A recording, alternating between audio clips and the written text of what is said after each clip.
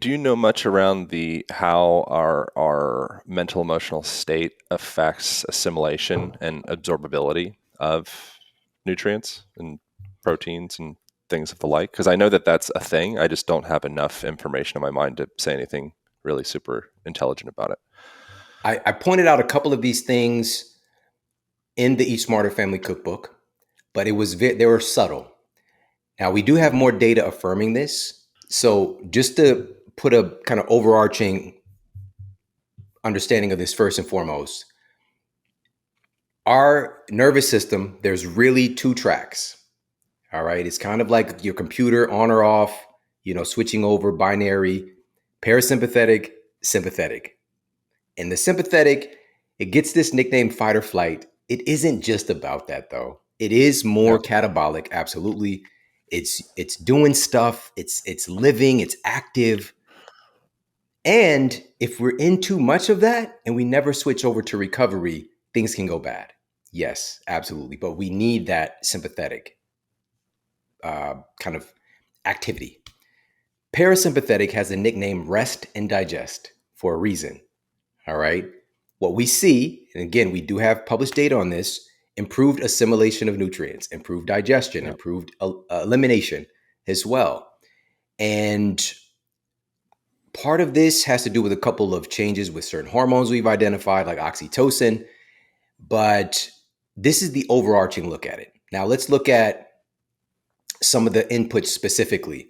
And actually, I'm going to share a specific study with you from the book because it is we have this phenomenon called stress eating, but you can also be eating stress, if that Hmm. makes sense. All right. So let me explain what I mean by that. There is a big difference in food inputs as far as like where they're coming from, Hmm. because synthetic, newly invented versions of certain nutrients we deem to be critical for our health, like vitamin E, for example, which vitamin E is critical for our cardiovascular system, our cognitive performance, our skin health. Like it's involved in a lot of stuff.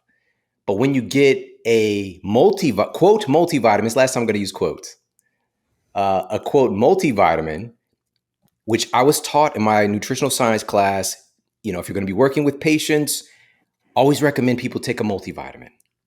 All right. Yeah. Just And feel it's so safe. short sighted because Yeah. it's synthetic versions of those nutrients. And we Mhm. weren't taught. And this is where I was saying earlier that I was wildly miseducated because there's multiple forms of vitamin E. There's multiple forms of vitamin C. There's multiple forms of vitamin D. There's multiple forms of B12. The list goes on and on. It's not just one thing. So if we have this synthetic isolated version of that nutrient, is that the one that you need? And is that the one that your cells can actually utilize?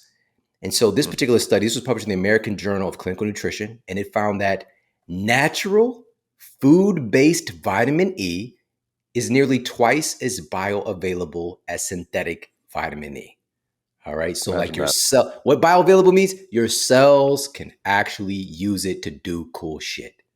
All Yeah, right. they can identify it.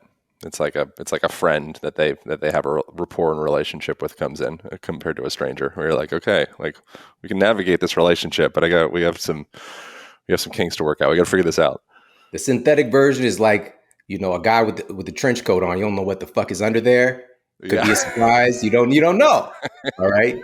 But here's the bottom line, with this kind of conversation about the state that we're in and all these kind of things. If we're bringing in fake elements or newly invented synthetic elements that we call food, but it's food like, it isn't real food. And it's going to inherently incite this sympathetic aspect of our nervous system.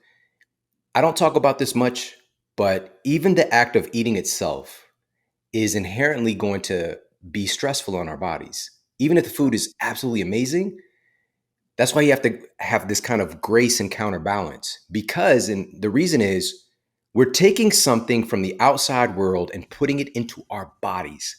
Our our our genes take that. Our DNA takes that very seriously because through our evolution, we put something in our mouth, we could die.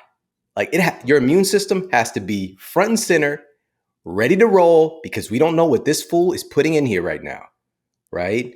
And so there is a heightened activity of our immune system that we see.